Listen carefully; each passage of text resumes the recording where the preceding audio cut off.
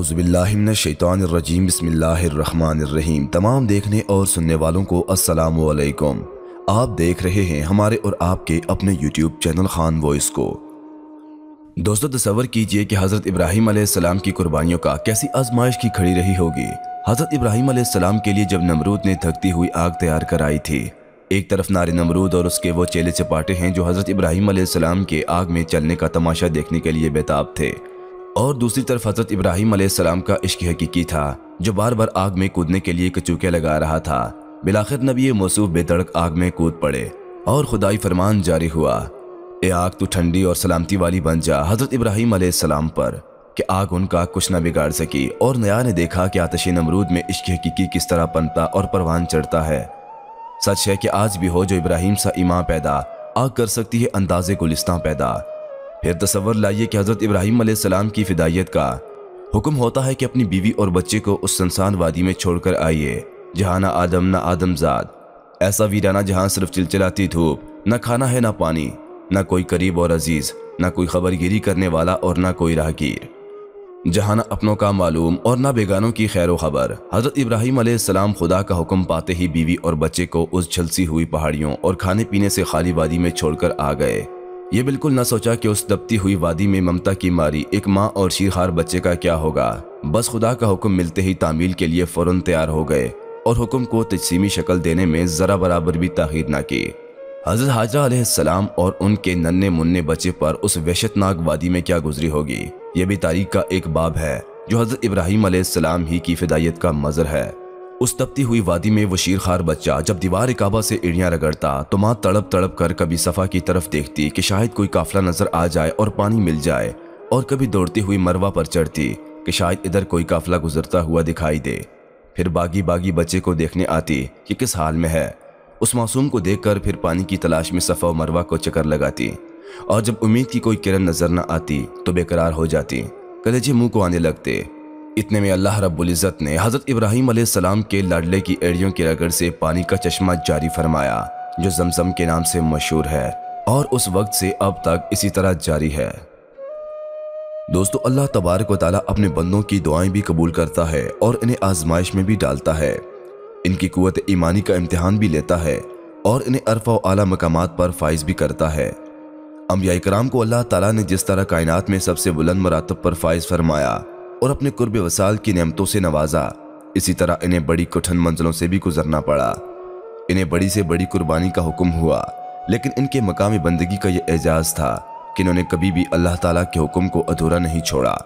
ان کی اطاعت اور محبت کا یہی معیار تھا کہ انہوں نے اپنی پوری زندگی اور اس میں موجود جملہ نعمتوں کو اپنے مولا کی رضا کے لیے وقف کیے رکھا، حتیٰ کہ اولاد جیسی عزیز ترین متاع کی قربان کرنے کا حکم بھی ملتا تو ثابت کر دیا کہ یہ بھی اس کی راہ پر قربان کی جا سکتی ہے۔ جملے انبیاء کرام اپنی شان بندگی میں یکتا اور بے مثال تھے، لیکن سلسلہ انبیاء میں سیدنا ابراہیم علیہ السلام کی داستان عظیمت بہت دلچسپ اور قابل رشک ہے۔ ان کے لیے اللہ تعالیٰ کی راہ میں بیٹے کو قربان کرنے کا حکم ایک بہت بڑی آزمائش تھی، لیکن سیدنا ابراہیم علیہ السلام اس آزمائش میں بھی پورا اترے۔ قرآن مجید میں ارشاد ہے، اے میرے پروردگار مجھ کو نیک بیٹا عطا فرما، بس ہم نے ان کو ایک بردبار بیٹے کی بشارت دی۔ پھر وہ یعنی کہ اسماعیل علیہ السلام ان کے ساتھ دوڑنے کی عمر کو پہنچے، فرمایا، اے میرے بیٹے میں خواب میں دیکھتا ہوں کہ میں تم کو ذبح کر رہا ہوں، بس تم بھی غور کر لو کہ تمہارا کیا خیال ہے۔ اسماعیل علیہ السلام بلا تردد عرض کیا، اے ابا جان پھر دیر کیا ہے، جو کچھ آپ کو حکم ہوا کر ڈالیے۔ جہاں تک میرا تعلق ہے آپ انشاءاللہ مجھے صبر کرنے والوں میں پائیں گے۔ پھر جب دونوں نے اللہ تعالیٰ کا حکم مان لیا اور ابراہیم علیہ السلام نے ان کو ماتھے کے بل لٹایا اور ہم نے ان کو ندا دی، اے ابراہیم کیا خوب تم نے اپنا خواب سچا کر دکھایا، ہم نیکاروں کو یوں ہی بدلہ دیتے ہیں۔ بے شک باپ کا بیٹے کے ذبح کے لیے تیار ہو جانا یہ ایک بہت بڑی صریح آزمائش تھی۔ حضرت ابراہیم علیہ السلام اس آزمائش میں پورا اترے۔ دوستو حضرت ابراہیم علیہ السلام ایک طویل عرصے تک اولاد جیسی نعمت سے محروم تھے، کیونکہ آپ رضی اللہ تعالیٰ عنہ کی بیوی حضرت سارہ رضی اللہ تعالیٰ عنہ بانجھ اور حضرت ابراہیم علیہ السلام کی زندگی میں اولاد کی کمی پوری کرنے سے قاصر تھیں۔ آخرکار حضرت حاجرہ رضی اللہ تعالیٰ عنہ کے ذریعے حضرت ابراہیم علیہ السلام کی زندگی کی کمی پوری ہوئی اور اللہ تعالیٰ نے انہیں حضرت اسماعیل علیہ السلام سے نوازا۔ ایسی صورتحال میں حضرت ابراہیم علیہ السلام کی اپنے بیٹے کے ساتھ محبت و اشتیاق میں ایک خاص قسم کی جھلک نمودار ہوتی تھی، کیونکہ آپ کئی سالوں کے انتظار کے بعد صاحب اولاد ہوئے تھے۔ حضرت اسماعیل علیہ السلام بھی باپ کی ایسی خاص محبت و شفقت کے سائے میں پروان چڑھنے لگے۔ پھر اچانک خداوند کی طرف سے حکم ملا کہ اے ابراہیم، اپنے بیٹے اسماعیل علیہ السلام کو خدا کی راہ میں ذبح کرو۔ حضرت ابراہیم علیہ السلام کو پروردگار کی طرف سے حکم ملا کہ وہ اپنے اکلوتے فرزند حضرت اسماعیل علیہ السلام کو خدا کی راہ میں قربان کریں۔ چنانچہ آپ علیہ السلام نے اللہ تعالیٰ کا یہ حکم پاتے ہی اپنے بیٹے کو ساتھ لیا اور قربان گاہ کی طرف چل دیے۔ حضرت ابراہیم علیہ السلام اپنے اکلوتے اور فرمانبردار بیٹے کو قربانی کی جگہ لے جا رہے تھے تو رستے میں شیطان ایک بوڑھے آدمی کی صورت میں ظاہر ہوا اور کہنے لگا، اے ابراہیم، آخر تم اپنے بیٹے سے کیا چاہتے ہو؟ حضرت ابراہیم علیہ السلام نے فرمایا، میں چاہتا ہوں اسے خدا کی راہ میں قربان کر دوں۔ چنانچہ یہ سن کر اس شیطان نے کہا، واہ، کیا تم اپنے اس بیٹے کو ذبح کرنا چاہتے ہو جس نے پلک جھپکنے کی دیر کے لیے بھی اپنے خدا کی نافرمانی نہیں کی؟ حضرت ابراہیم علیہ السلام نے فرمایا، اللہ تعالیٰ نے مجھے اس کا حکم دیا ہے۔ اس شیطان نے کہا، ایسا ہرگز نہیں ہے، بلکہ یہ صرف ایک شیطانی الہام تھا اور شیطان ہی نے تجھے ایسا کرنے کا حکم دیا ہے۔ حضرت ابراہیم علیہ السلام برہم ہوئے اور فرمایا، وائے ہو تجھ پر جس نے مجھے مقام نبوت سے ہمکنار فرمایا ہے، اس نے مجھے اس کام کا حکم بھی دیا ہے۔ بوڑھے آدمی شیطان نے دوبارہ اپنی بات تکرار کی تو حضرت ابراہیم علیہ السلام نے اسے پہچان لیا اور اپنے ہاتھوں میں کچھ کنکریاں اٹھائیں اور اسے مار کر بھگا دیا۔ حضرت ابراہیم علیہ السلام ایمان کی قوت اور راسخ ارادے کے ساتھ اللہ تعالیٰ کے حکم کی تعمیل میں مشغول ہو گئے۔ جب آپ نے اپنے صابر و بردبار فرزند کو زمین پر لٹایا اور حضرت اسماعیل علیہ السلام کے گلے پر چھری چلانے کا ارادہ کیا تو عین اسی وقت اللہ تعالیٰ کی طرف سے وحی نازل ہوئی اور حضرت ابراہیم علیہ السلام کو ان کے ایمان و تسلیم اور اخلاص کے ساتھ اللہ تعالیٰ کے حکم کی تعمیل میں کامیابی پر رضایت الہی کی بشارت دی گئی۔ پھر حضرت ابراہیم علیہ السلام قربانی کے لیے ایک بھیڑ لائے اور حضرت ابراہیم علیہ السلام نے اسے ذبح کیا۔ محترم عزیز دوستو، ایک مرتبہ حضرت محمد صلی اللہ علیہ وآلہ وسلم نے حضرت جبرائیل علیہ السلام سے دریافت کیا کہ کیا تو نے کبھی اپنی پوری قوت بھی صرف کی ہے؟ چنانچہ جبرائیل امین نے عرض کیا، یا رسول اللہ صلی اللہ علیہ وآلہ وسلم، میں نے 4 مرتبہ اپنی پوری قوت صرف کی ہے۔ پہلی بار جب حضرت ابراہیم علیہ السلام کو منجیک میں رکھ کر آگ میں ڈالا جا رہا تھا، آگ کے شعلے آسمان سے باتیں کر رہے تھے۔ پھر اللہ تعالیٰ کے خلیل آگ کی طرف جا رہے تھے، میں مقام سدرہ پر تھا۔ اللہ تعالیٰ کی طرف سے حکم ہوا کہ اے جبرائیل علیہ السلام، جلدی جا، میرا خلیل علیہ السلام آگ میں جا رہا ہے، آگ کو پر مار کر گلزار بنا دے۔ یا رسول اللہ صلی اللہ علیہ وآلہ وسلم، میں نے سدرۃ المنتہا سے پرواز کی اور خلیل علیہ السلام کے آگ میں پہنچنے سے پہلے میں آگ میں پہنچ گیا اور آگ کو اللہ تعالیٰ کے حکم سے گلزار بنا دیا۔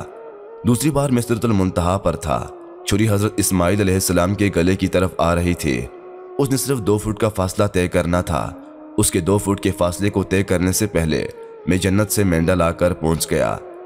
تیسری بار حضرت یوسف علیہ السلام کو کنویں میں ڈالا جا رہا تھا۔ والد کا پہنایا ہوا لباس اتار دیا گیا تھا، بازو میں رسی باندھ کر کنویں میں لٹکا دیا گیا۔ آہستہ آہستہ پانی کی طرف قریب آ رہی تھی۔ حضرت یوسف علیہ السلام کی ایک بھائی نے تلوار مار کر رسی کاٹ دی۔ چنانچہ رسی کاٹ دی گئی اور میں سدرہ پر تھا۔ حکم ہوا، جبرائیل علیہ السلام جلدی جنت جا اور یوسف علیہ السلام کی پانی میں پہنچنے سے پہلے جنتی تخت لے جا اور پانی پر بچھا دے۔ میں نے اپنی ساری قوت صرف کر دی، سدرۃ المنتہا سے جنت گیا اور وہاں سے تخت اٹھا کر زمین کی طرف آیا۔ ابھی حضرت یوسف علیہ السلام پانی پر نہیں پہنچے تھے کہ میں پہلے پہنچ گیا۔ چوتھی مرتبہ، یا رسول اللہ صلی اللہ علیہ وآلہ وسلم، غزوہ احد میں جب آپ صلی اللہ علیہ وآلہ وسلم کا دان مبارک شہید ہوا، خون پاک کا قطرہ زمین کی طرف جا رہا تھا۔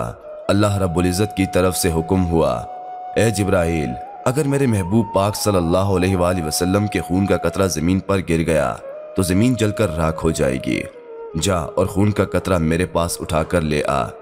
جبرائیل علیہ السلام نے عرض کیا، یا رسول اللہ صلی اللہ علیہ وآلہ وسلم، آپ کے مقدس خون کا قطرہ زمین پر گرنے سے پہلے میں پہنچ گیا۔ محترم عزیز دوستو، اس سے ہم کو یہ سبق ملتا ہے کہ اللہ تعالیٰ نے ایک فرشتے کو اتنی طاقت دی ہے جس کی پرواز کا یہ عالم ہے کہ سدرۃ المنتہا سے 1 سیکنڈ سے بھی کم وقت میں زمین پر پہنچتا ہے، تو اس نبی کریم صلی اللہ علیہ وآلہ وسلم کو رب نے کیا مقام دیا ہوگا جس نبی کریم صلی اللہ علیہ وآلہ وسلم کے جبرائیل علیہ السلام نے پاؤں مبارک چومے ہیں۔ اللہ رب العزت حضرت ابراہیم و حضرت اسماعیل علیہ السلام کی اس عظیم قربانی کے صدقے ہم پر کرم فرمائے اور نبی کریم صلی اللہ علیہ وآلہ وسلم کی شفقت اور غلامی نصیب فرمائے، عالم اسلام کی خیر فرمائے، ملک پاکستان کو امن و سلامتی کا گہوارہ بنائے، مسلمانوں کو آپس میں اتفاق و اتحاد کی دولت نصیب فرمائے، آمین ثم آمین۔ محترم عزیز دوستو، ہم امید کرتے ہیں کہ آپ سب کو آج کی ہماری یہ ویڈیو بہت پسند آئی ہوگی۔ مزید ایسی ویڈیوز دیکھنے، سننے اور جاننے کے لیے ہمارے چینل کو سبسکرائب کرتے ہوئے ساتھ موجود گھنٹی کو ضرور دبائیں تاکہ مزید ایسی ویڈیوز کی نوٹیفیکیشن آپ کو بر وقت موصول ہوتی رہیں۔ تب تک کے لیے اپنے دوستوں کا اور گھر والوں کا ڈھیر سارا خیال رکھیے گا، ہمیں دعاؤں میں ضرور یاد رکھیے گا۔ انشاءاللہ ملتے ہیں کسی خوبصورت سی اور اچھی سی سبق آموز سی ویڈیوز کے ساتھ۔ تب تک کے لیے اللہ پاک آپ سب کا حافظ و نگہبان۔ وعلیکم السلام۔